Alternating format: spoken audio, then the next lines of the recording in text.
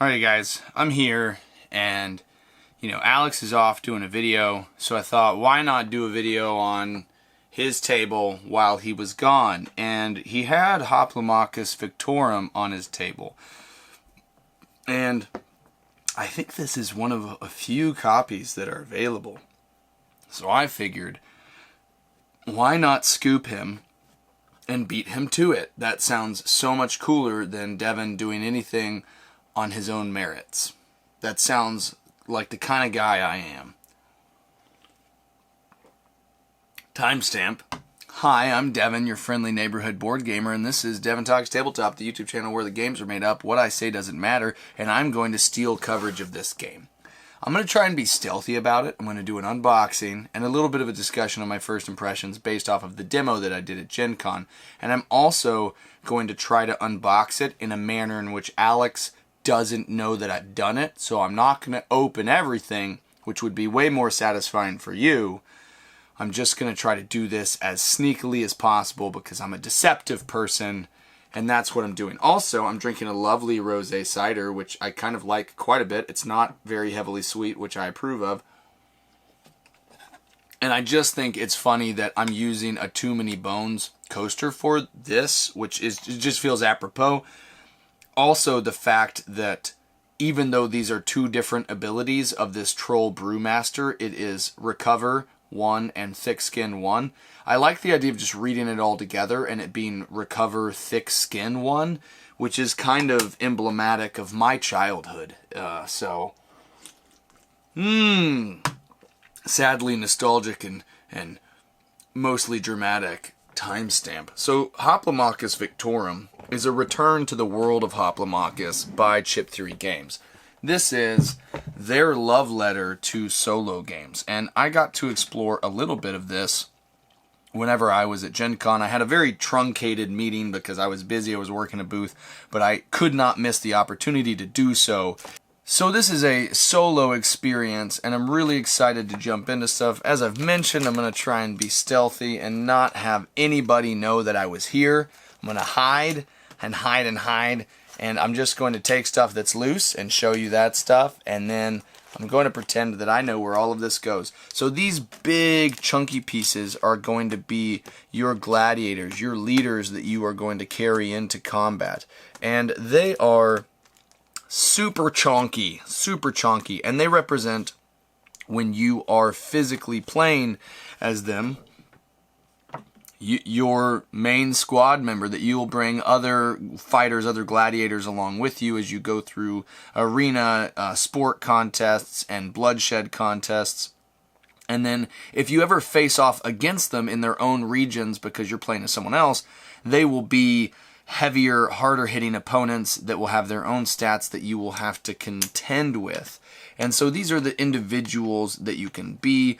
All of them kind of provide their own style of play. I'm going to maybe slot that over here because I realize that there is a top down. And so this is your Scion epilogues. This is kind of your end game setup when you face against the Scions, which are the larger enemies that you will deal with in Hoplomachus. But what I like about this that is completely different from a lot of the offerings that I've seen from CTG is it creates both a physical map that is a war or contest or battle arena, similar to maybe the battle map in Too Many Bones, but it is much more centralized to a particular spot and across all of the regions because these are double-sided, which is very, very loud. They will play differently with certain objectives that you'll go into on there, but all of these, there's 1, 2, 3, 4, and those are all double-sided, so you're going to have 8 different visual opportunities and terrains to explore in here. And then the other part of it that I really enjoy is you have this big old map. This big old map that's going to be down here, and this is going to allow you where you place the map of the terrain that you're in, but it also is going to provide the location for your tactics, for your character upgrades, the progression of your gladiator and the units alongside it. And then it will also at some point house the lower map, which, let me see. Oh dear goodness, did you guys see that coming? I didn't see that coming. Alright, that's how you house it that way. But when you place it here, this is kind of like a very nice marbled approach, similar to, you know, maybe the stands or the arenas of the gladiator pits that you would be fighting in, and this is where you're going to house all of the different units that you'll face against the larger units that you will, oh, that should go right there, the larger ones there, and the different types of events. You'll have the sporting events, you'll have the bloodshed events, and you'll have also these additional ones which I forgot, because it was a very tightly timed demo that I was in. But you'll have character progression over the course of the game, and they'll get stronger over the course of 4 different acts, and you have only a certain number of days that you have in order to progress through each act. And that is kind of one of the more clever things. You know, you have days and too many bones, and in that particular setup, you're going to have to be... I love that on the bottom of it, it's got the name, so you have that beautiful like look whenever you open the box. You see Hoplomachus Victorum right there, and it's just such a fun opportunity to explore spatial puzzling, because whether you're in the sports where you're not actually trying to fatally kill everyone, you have an objective like King of the Hill or capture the flag, and so that's going to interact with the terrain in different ways than the bloodshed fights, where it is last man standing, you're trying to kill off everyone. And so you're going to have, blood feuds. Oh, no. Yes, bloodshed. So I was right. You have the bloodshed cards, and as I mentioned, in this particular one, which I'm just trying to keep in mind how this is supposed to go back in, because Alex is not supposed to know that I was here. He's not supposed to know at all that I was here. So you're going to have your bloodshed fights, and you're going to have your sport fights, and then you're also going to have these opportunities that are going to come across as you expand in the game, and then you're going to have these other like heroes that you will have to contend with. They are going to be the ones that come across the regions that you engage with on the map, and then also you'll have other units that you'll be able to deal with there. So I like the idea that you can choose what type of engagement do you want. Do you want bloodshed, where in that respect the bloodshed fights are more dangerous because you can get killed more easily, and also you put your hero at risk because they have the potential to be in a much more protracted engagement and more likely to suffer a lot of damage, which carries forward, as you travel. The best part of that, though, is the reason why you are incentivized to engage in those fights is because that's how you increase the stats of your character. And I like that idea, that risk-reward of, well, maybe I want to do something that's safer because I want to extend the life of my guy, or maybe I want to jump into something that is a lot more potentially dangerous, but very much rewarding once you go through it. I also like the idea that you have your base character and you have other characters, which, just like in any, chip theory game, they have their particular powers that influence how they might function in a combat. But in this, you also have ways in which you increase the power of your leader. You can have tactical elements, you can have inspiring elements, and these traits both buff your leader and also the rest of your squad.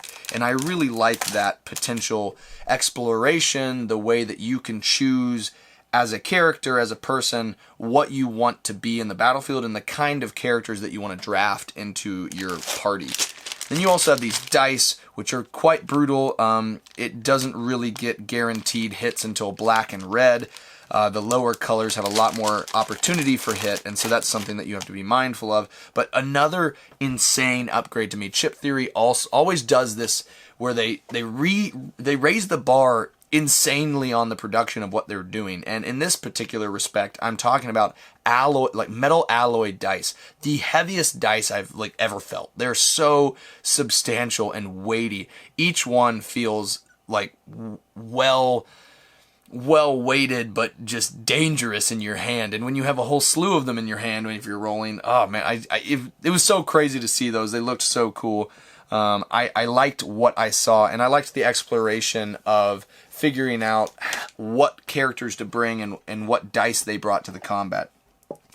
Unlike most other games, the health chips are actually 2 colors, and the reason for that is because because you can have base units that are the same. In other ones, you have the baddies, which have their very distinctive background, and so in their very distinctive top. And because you don't ever have any baddies that are your side in Too Many Bones, or you in Cloudspire, all of the faction units are very, very different. You only need one type of color for health markers. But in this, because you can have base gladiators that are either on your side in your camp and on your team, or you can be facing against them in the arena at other places, you do need to be able to distinguish what the health is of different teams rather than be confused and try to make sure you're tracking the right person. So they do have different color for their health here. And then once again, you have all of these different things that you can go into. One of the inclusions of strategy that I like a lot that I think are actually...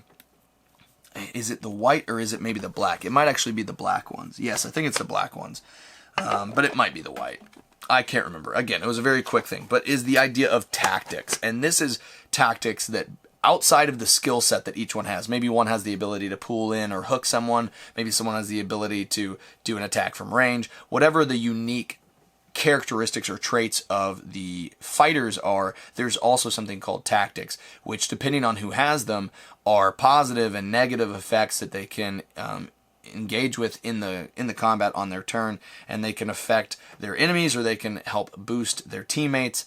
Those add another layer of possibility to the game that I'm really excited about. I don't actually have the rules down here because I think Alex has been reading through them to where he can prepare for them, but just excited to jump into it. The other thing I haven't mentioned is I said that there was kind of like a map at the bottom of this play mat that you're going to be able to add on and that you're going to be able to see and show what's what and where you're moving. And you actually move on connected pathways, so it's a physical map outside of the physical terrain that you're doing with each combat. But the thing that I like is that when you reach a certain region and you're fighting in that region, whether it's a sport or whether it's a blood feud, it's that one card, it's bloodshed. I was right the first time. And so when you have that, it's just so cool because each terrain has its own special rule set. And so you're able to determine how is that fight going to play out, because there is terrain elements to consider, the way that people fight or the way that they focus in this particular area. There's priority targeting, all that kind of stuff. It's really cool that not only do you get to choose what type of fight you have to consider on the type of fight that you have selected, how is the special circumstances of that terrain going to influence your decision making. Really, really excited to jump into this. At some point, I hope to get a review copy of it and to do content on it. I have kind of come to the realization that for a lot of chip theory games, I just really enjoy them. Do those maybe go there? I don't know what's supposed to go there. No, I think I'll just keep going with what I'm going. I've kind of just come to the realization that for chip theory games, I like a lot of their titles at either 1-player or 2-player because I selfishly don't want to share that decision space too much. It seems to take too long whenever there are 3 or 4 players. And that's not a critique of the length of game for me. It's just that's not how I want to engage with it. There are some games that I'm okay with a long playtime and a long wait between turns, but it's not my preference with this particular style of game. And so for all the chip theory games, I just want to be the one making the decisions, and that makes the most sense at solo or 2, where there's only one other person that you're kind of sharing that strategy load with. So you are, these hardened gladiators trying to rise above the ranks and show your prowess, show your story and why you matter. You're going up against these scions that have been brought by, the mythical gods of old at this time period. And this is a solo game. It's not, shy about it. It's not apologizing for it. And I even went in, you could technically play this game not solo if you wanted to, and you can just share the decisions with someone else. That's not how I'm going to play, but it is definitely a possible way to engage. Oh, that's cool. This is the tracker that you use down on the map to show where you're going. But it's definitely something you can do. When I was demoing the game with Play the Game, they were there and we were kind of sharing the decision space, and it worked. It worked, and I think that that is something that you could do. But I cannot wait to selfishly jump into this on my own. It's so fun. I think that Chip Theory continually raises the bar on what they do. This is such a nice production. I can't wait to try it out. The alloy dice are ridiculous, but I also just love the way that in which I think with Burn Cycle they started to get through the process where not only do they have premium components, but sometimes the organization of the game itself lends itself to gameplay. And so in Burn Cycle, a lot of the modules that stuff was stored in actually are out during play to make it easier to organize the components. And in this, you have that nice marbled plastic array that you have that seems like, you know, the stands. It seems like people are watching over the arena that you're in, and they're, you know, observing, judging, hoping one way or another. And so that kind of seems cool from like thematically, and also a spatial element on the board itself, like on the table. That's neat that you have this kind of arena that's checking that out. I'm really excited about this. I think that it's going to be intriguing, and I think I effectively packed it up to where Alex he'll be none the wiser. I didn't touch this. I didn't do content on it. Shh. No one knows that at all. I mean, psh, come on. Yeah, I know. I mean, I don't think that was too bad. It was like, what? It was, you know, 10 minutes of me, 15 minutes of me talking and yammering on. No one's going to know. No one's going to know. They're not going to know. They're going to know. They're going to know. Timestamp. Oh, it feels so good to have just taken this out from under Alex. I mean, he has no clue what's happening. I've stolen his gameplay. Well, not gameplay, but unboxing. I've stolen his unboxing. He can't do anything about it. I'm so clever. I'm so clever. So clever.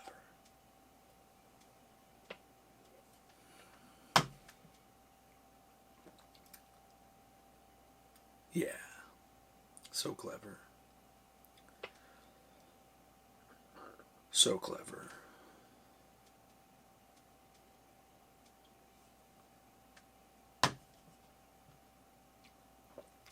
So clever.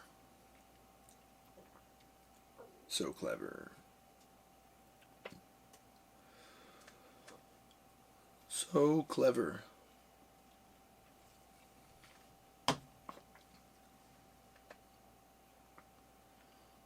So clever. I should probably turn that off.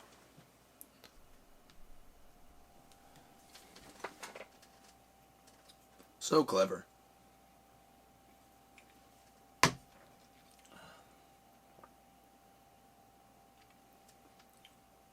So clever.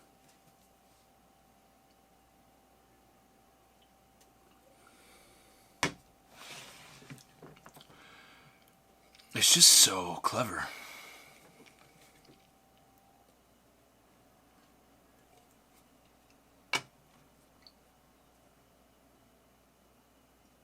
So clever.